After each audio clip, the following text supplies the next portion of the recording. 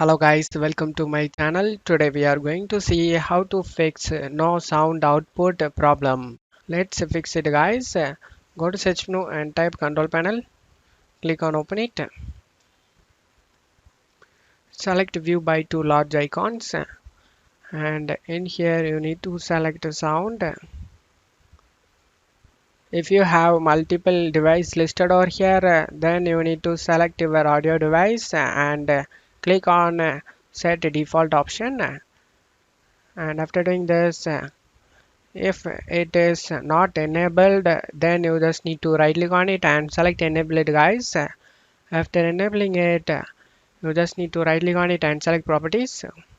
Select spatial sound and you just need to make sure it is stand off and then select apply and OK for save changes. Now you can check if the problem solved or not. If the problem not solved, let's move on to the second solution guys. Go to search menu and type device manager. Click on open it.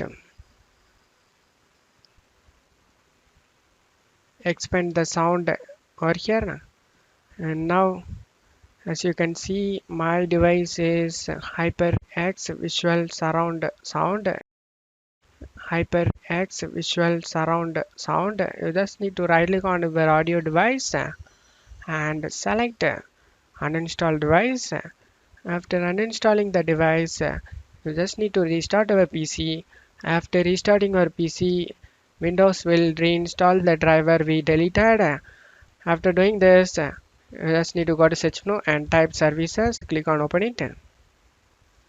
You just need to search for Windows audio service. Double click on it.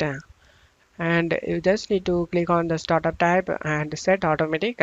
And if the service status is stopped, then you just need to start and select apply and OK for save changes. Now you can check if the problem solved or not. I hope one of these solution fixed your problem guys. If the video helped you, don't forget to leave a like guys. You can also subscribe me and support me guys. Thank you.